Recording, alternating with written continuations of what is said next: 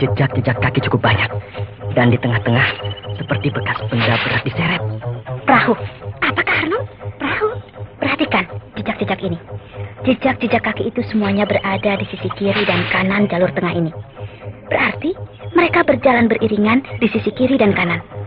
Sebab di tengah ada sebuah benda besar yang memisahkan kedua sisi itu. Betul. Alang-alang pada jalur tengah itu semuanya rebah sampai rata ke tanah. Juga semak belukar keadaannya rusak. Berarti ada benda yang berat dan besar diseret di sepanjang tegal alang-alang ini. Iya. Di bawah sana ada sungai. Jadi jejak-jejak ini dari orang-orang yang menyeret perahu ke tepi sungai itu. Pasti Pangeran Wirabumi dengan para pengawalnya melarikan diri dengan mempergunakan sebuah perahu besar. Mungkin ya, mungkin tidak. Sebab bisa juga para pengungsi yang mengungsi dengan naik perahu. Jejak itu masih baru, Kak Harnum.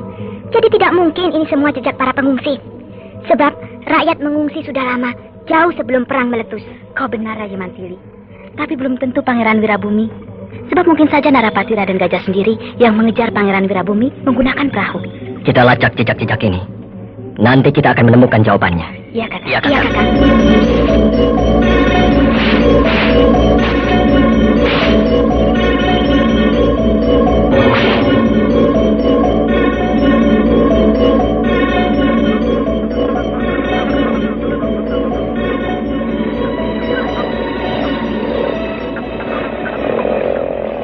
Jejak ini hilang di tepi sungai. Jadi benar bahwa jejak itu jejak orang-orang yang menyeret perahu. Lalu mereka naik perahu mengarungi sungai ini. Wah, di sini tidak ada perahu. Bagaimana kita bisa mengikuti mereka? Di sini bekas tempat mangkal perahu-perahu.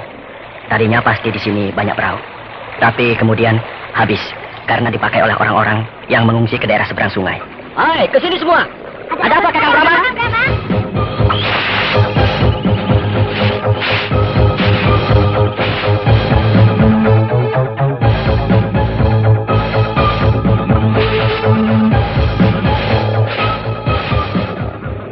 Lihat, di sini juga terdapat jejak-jejak kaki yang nampaknya menyusuri tepian sungai. Ya, mungkin ini jejak para pengungsi yang tidak kebagian perahu, lalu berjalan menyusuri tepian sungai. Jejak-jejak ini masih baru kutawa. Ya, benar Kakang. Jadi kita sudah menemukan jawabannya. Jejak yang menyeret perahu berangkat lebih dulu, lalu disusul oleh jejak yang ini. Dengan demikian Pangeran Wirabumi yang naik perahu.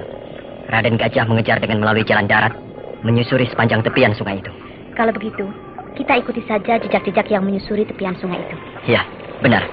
Mari kita berangkat.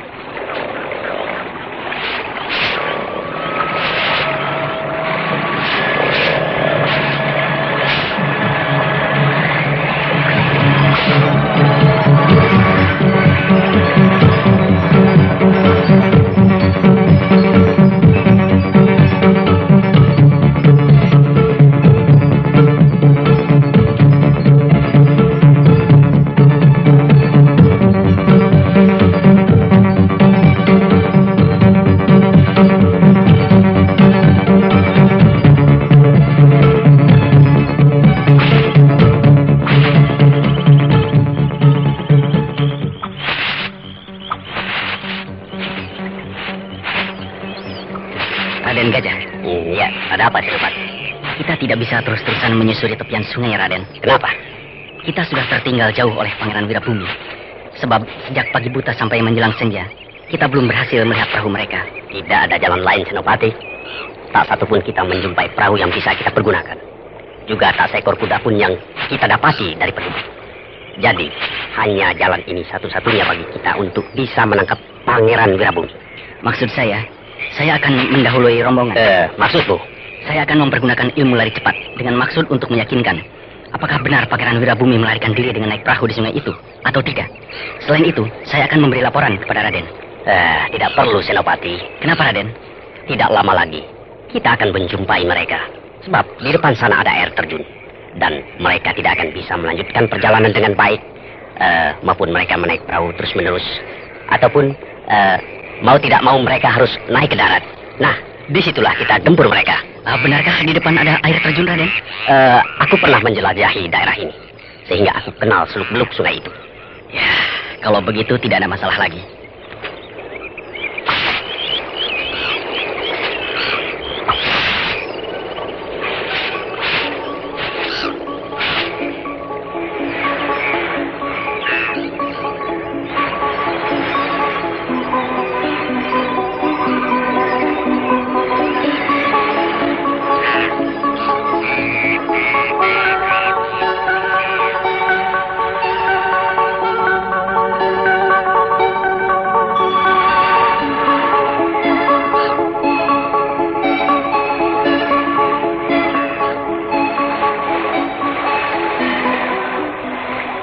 Pangeran Wirabumi.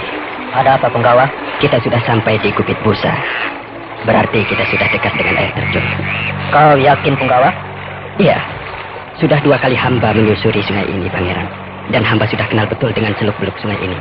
Lalu, kita harus bagaimana, Penggawa? Terpaksa kita harus mendarat. Lalu melanjutkan perjalanan ini dengan melalui jalan darat. Baik, lakukanlah. Wajib balak, dayung ke tepi.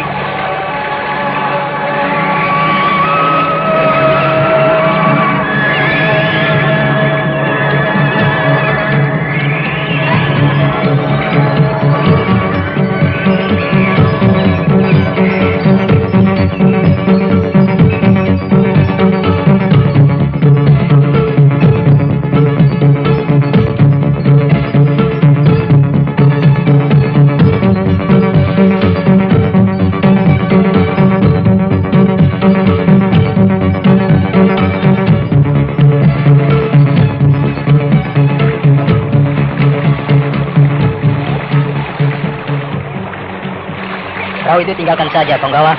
Kita tidak memerlukannya lagi. Baik, Pangeran. Penggawa, ya. Hari telah senja. Adakah dekat-dekat sini sebuah desa sehingga kita bisa bermalam tidak di tengah hutan? Ada, Pangeran. Kalau perjalanan kita tidak ada halangan apa-apa, nanti malam kita akan sampai di desa Juren. Ya.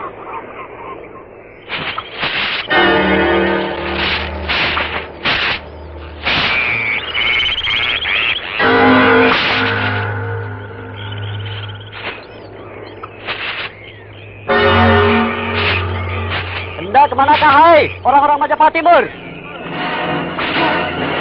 Raden Gajah,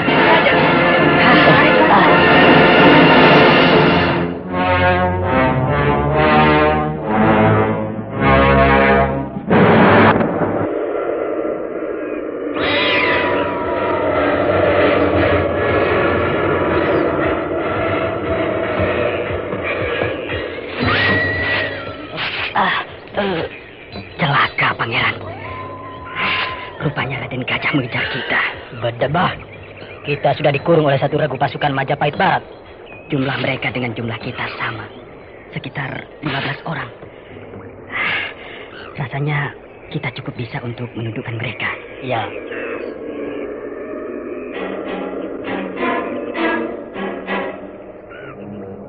Hei, Raden Gajah. Kenapa kau mengikuti aku? Pertanyaan yang aneh, Pangeran Wirabumi.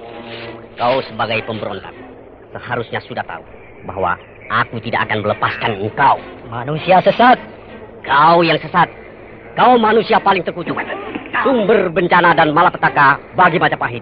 Kau racun, pemecah belah persatuan bangsa. Raja Musi Wikramawardhana yang tidak tahu diri. Dia tidak berhak jadi Raja Majapahit, tahu? Sebab dia hanya menantu, bukan anak. Tapi aku anaknya, Prabu Hayam Wuruk. Akulah yang paling berhak menjadi Raja Majapahit. Tapi kau anak selir, lebih tidak berhak lagi menjadi raja.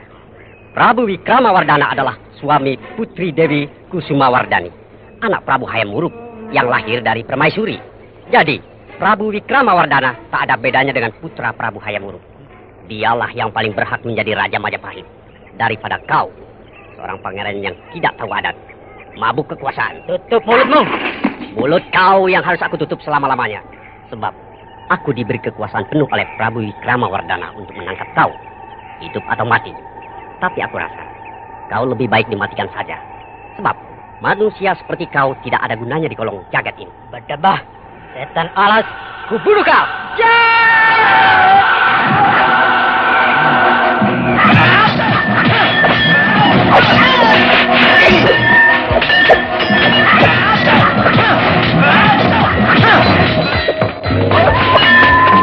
Pangeran Wirabumi dan Raden Gajah sudah bertempur.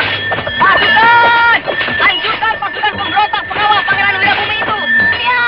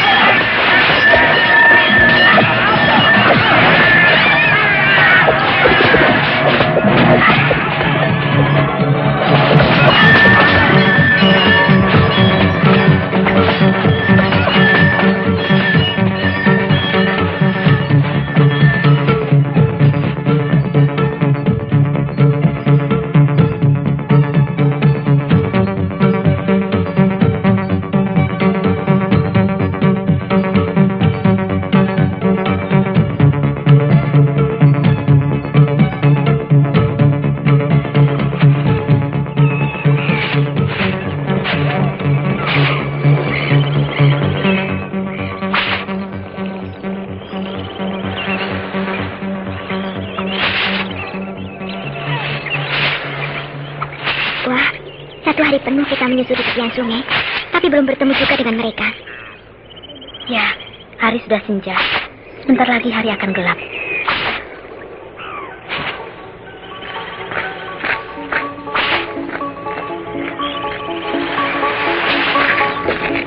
Kalian tidak usah kecil hati. Kita sudah bertemu dengan mereka. Maksud Kakang, pasang telinga kalian baik-baik. Dan tangkap suara yang sudah terlalu sering kita dengar.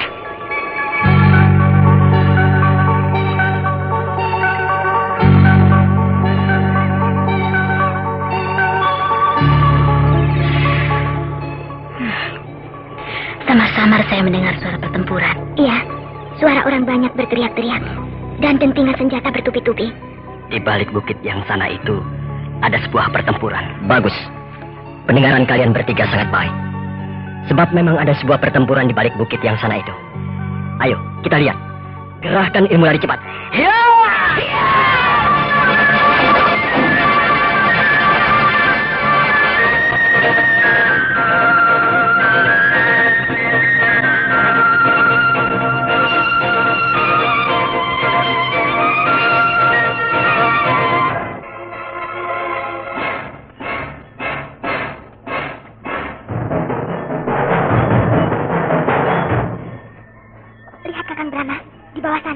Di lereng bukit ada pertempuran.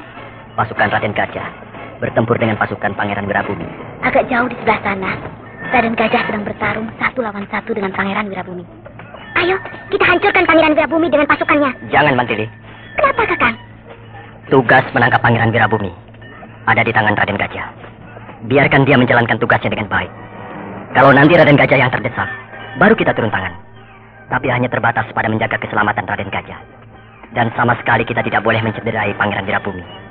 Sebab paling berhak menghukum Pangeran Wirabumi adalah Prabu Wikramawardhana. Iya, Kakang. Nah, kita duduk-duduk saja di sini, menonton mereka yang sedang bertempur.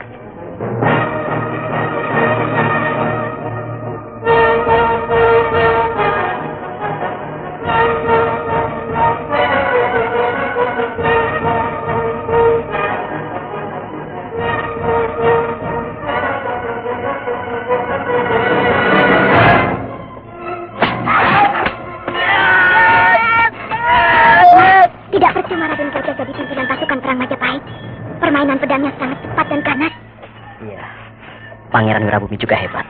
Permainan pedangnya cepat dan ganas. Menarik sekali. Mereka seimbang.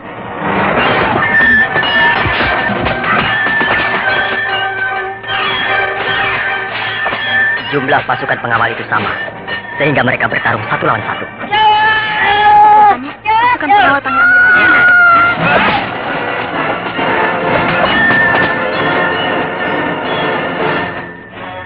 Pangeran Wirabumi terdesak. Kenapa dia terdesak? Padahal kepandaiannya seimbang dengan Raden Gajah. Iya, dia kalah napas. Iya, benar. Pangeran Wirabumi napasnya yang payah. Dia nampak letih dan terengah-engah. Pangeran Wirabumi seorang raja yang lalai menempa diri dalam meningkatkan ilmu kadejayaan. Kerjanya tiap hari bersenang-senang dan mabuk-mabukan. Jadi tidak memiliki ketahanan tubuh. Sehingga tidak kuat bertarung dalam tempo yang lama. Berbeda sekali dengan Raden Gajah. Dia malah semakin kuat. Raden Gajah sebagai seorang panglima perang rajin sekali berlatih ilmu kadejayaan. Sehingga daya tahan tubuhnya sangat kuat. Dia sanggup berkelahi 1 hari 1 malam tanpa berhenti sama sekali.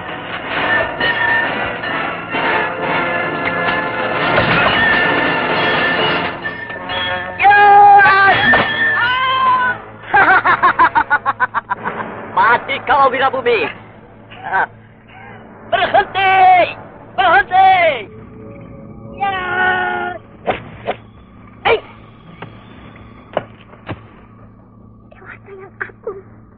Pangeran Wirabumi dipenggal.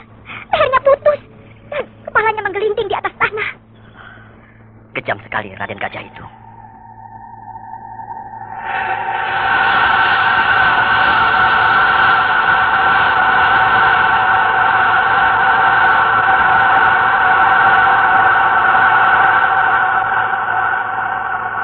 Dengar semuanya. Inilah kepala Pangeran Wirabumi. Kepala manusia durjana. Membuat bencana dan malapetaka, pengkhianat, pemecah belah bangsa Majapahit, penyebab penderitaan dan kesengsaraan bagi rakyat. Senopati, lucuti senjata pasukan pengawal pemberontak, ikat tangan mereka dan giring. Sekarang juga kita pulang ke Majapahit.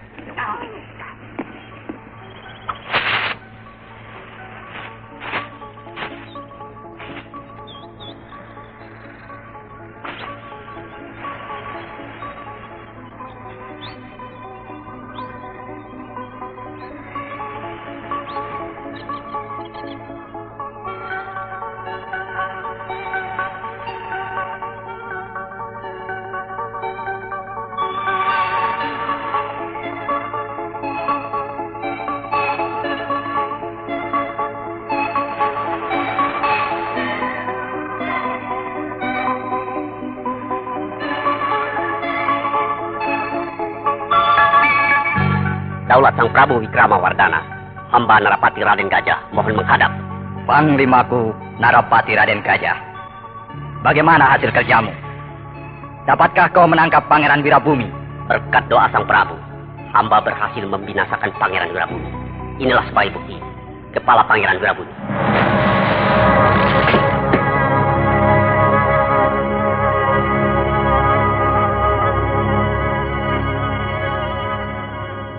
Bagus. Maka tamatlah riwayat manusia durjana, si Angkara Murka.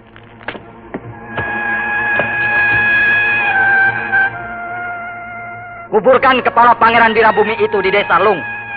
Dan di atas kuburannya, bangunlah sebuah candi. Dan candi itu aku namakan Grisapura.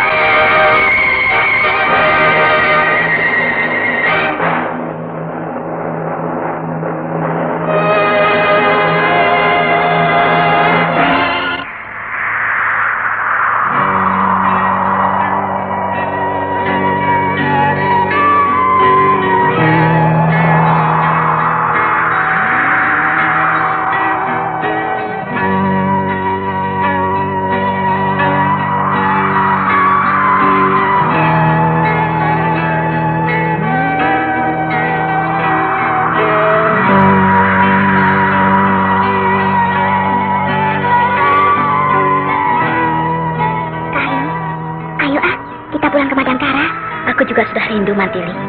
Lagi pula semua urusan kita di Majapahit ini sudah selesai. Tapi nampaknya Kakang Brahma ditahan oleh Prabu Wikramawardhana. Kakang Brahma orangnya begitu sih. Kalau bergaul selalu disenangi orang. Jadi kalau mau ditinggalkan merasa berat. Iya. Itu siapa? 3 orang berjalan terkopoh-kopoh menuju ke istana. Orang Palembang. Lihat pakaian mereka. Aku hafal benar dengan tata cara mereka dalam berpakaian yang bergaya kanton. Iya, benar. Mereka orang Palembang, dikawal oleh satu regu pasukan Majapahit. Pasti ada berita penting yang terjadi di Palembang. Jangan-jangan Palembang diserbu tentara asing, lalu minta bantuan kepada Majapahit. Mungkin juga.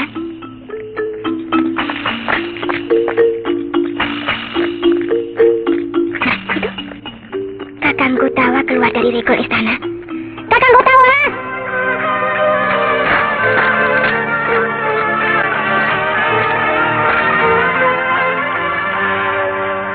Kak Harnum dan Mantili, masih ingat tidak dengan Labaitan? Labaitan? Iya, wakil penguasa Palembang. Iya. Aku ingat sekarang. Tadi waktu melihat 3 orang utusan dari Palembang itu, aku ragu-ragu. Sebab rasanya pernah kenal. Tak taunya dia Labaitan, wakil yang Tongming. Ada maksud apa dia datang ke sini? Palembang akan diserbu oleh tentara Malaka. Iya. Sultan Megat Iskandar Shah menuntut Palembang. Yang dikatakannya, Palembang merupakan wilayahnya. Kenapa begitu? Sultan Megat Iskandar Shah dulu bekas Raja Swarnabumi yang menguasai Palembang. Jadi dia sekarang menuntut kembali haknya atas Palembang. Loh, Palembang bawahan Majapahit bukan? Itulah makanya Labaitan datang mohon bantuan kepada Prabu Wikramawardhana. Berani amat Sultan Megat Iskandar Shah itu. Dia berani berbuat demikian disebabkan dia mengetahui Majapahit sedang kacau akibat perang saudara. Jadi dia berharap Majapahit tidak mungkin bisa mengirim bala tentara ke Palembang. Sebab bala tentara Majapahit sedang dalam kemelut. Dia salah perhitungan. Sebab perang Paregreg sudah selesai dan Majapahit bisa mengirimkan bala tentara ke Palembang. Iya, benar. Lalu Kakang Brahma di mana? Iya, Kakang Brahma masih berbincang-bincang dengan Panglima Narapati Raden Gajah. Oh.